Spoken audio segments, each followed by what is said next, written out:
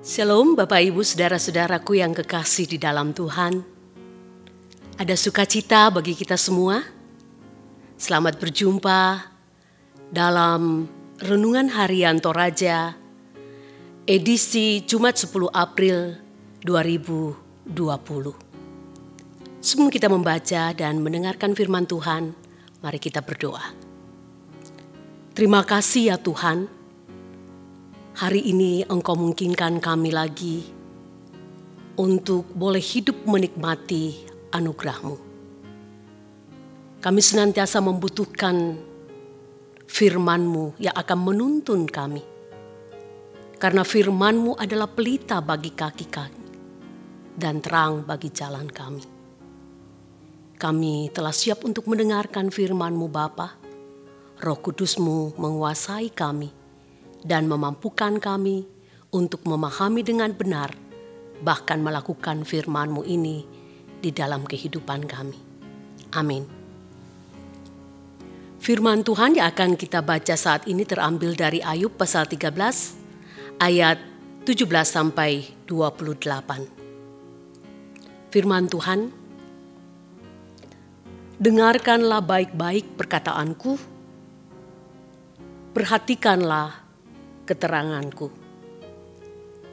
Ketahuilah, aku menyiapkan perkaraku. Aku yakin bahwa aku benar. Siapa mau bersengketa dengan aku? Pada saat itu juga aku mau berdiam diri dan binasa. Hanya janganlah kau lakukan terhadap aku dua hal ini, maka aku tidak akan bersembunyi terhadap engkau. Jauhkanlah kiranya tanganmu daripadaku, dan kegentaran terhadap engkau janganlah menimpa aku. Panggillah, maka aku akan menjawab. Atau aku berbicara, dan engkau menjawab. Betapa besar kesalahan dan dosaku. Beritahukanlah kepadaku pelanggaran dan dosaku itu. Mengapa engkau menyembunyikan wajahmu dan menganggap aku sebagai musuhmu? Apakah engkau hendak menggentarkan daun yang ditiup angin dan mengejar jerami yang kering? Sebab engkau menulis hal-hal yang pahit terhadap aku dan menghukum aku karena kesalahan pada masa mudaku. Kakiku kau masukkan ke dalam pasung. Segala tindak tandukku kau awasi. Dan rintangan kau pasang di depan tapak kakiku. Dan semuanya itu terhadap orang yang sudah rapuh seperti kayu lapuk, seperti kain yang dimakan ngengat. Dari berikut pembacaan kita ini diberi tema, Tuhan tidak berdiam diri. Saudara-saudaraku yang kekasih, seringkali kita berpikir, Tuhan itu tidak adil. Selama ini aku sudah memberi diriku dalam pelayanan, tetapi engkau tidak mengabulkan doaku untuk menjawab apa yang kuinginkan. Dalam Ayub pasal 13 ayat 17 sampai 28, ini merupakan keluhan dan protes Ayub terhadap Tuhan. Ayub merasa sudah hidup benar di hadapan Tuhan melalui perbuatan dan ketaatannya kepada Tuhan.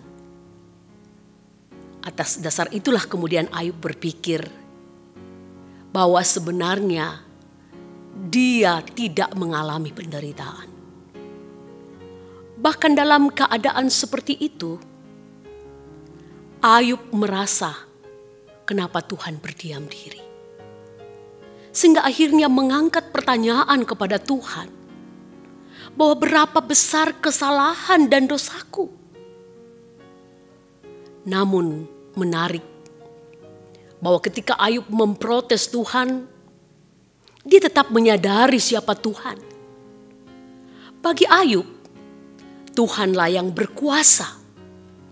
Sehingga Ayub menggambarkan dirinya sebagai yang rapuh.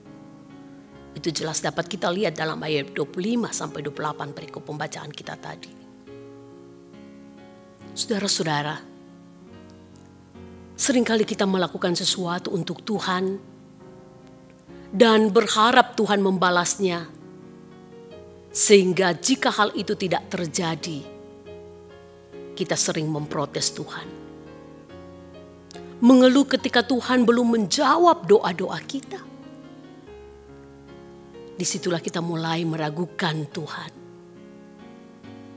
Belajar dari Ayub, bahwa dalam penderitaan apapun ia tidak kehilangan pengharapan. Namun ia tetap mengakui kemahakuasaan Tuhan.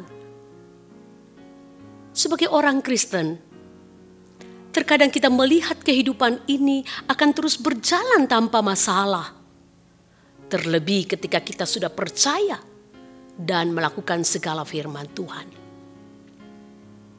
Yesus berkata, setiap orang yang mau mengikut aku, ia harus menyangkal dirinya, memikul salibnya dan mengikut aku. Matius 16 ayat 24. Tetaplah percaya bahwa Tuhan tidak berdiam diri dalam setiap persoalan kehidupan. Karena itu, hadirkanlah Kristus dalam setiap masalahmu. Terpujilah Kristus. Amin. Mari kita berdoa. Di tengah-tengah persoalan kehidupan yang sedang kami alami, dengan adanya virus corona ini, kami pun sering merasa bahwa Tuhan berdiam diri melihat kenyataan yang sedang kami hadapi. Tapi terima kasih Tuhan atas firman-Mu yang boleh kami dengarkan saat ini. Bahwa sesungguhnya Engkau tidak pernah berdiam diri terhadap kami. Engkau terus bertindak dan menyatakan kuasa-Mu.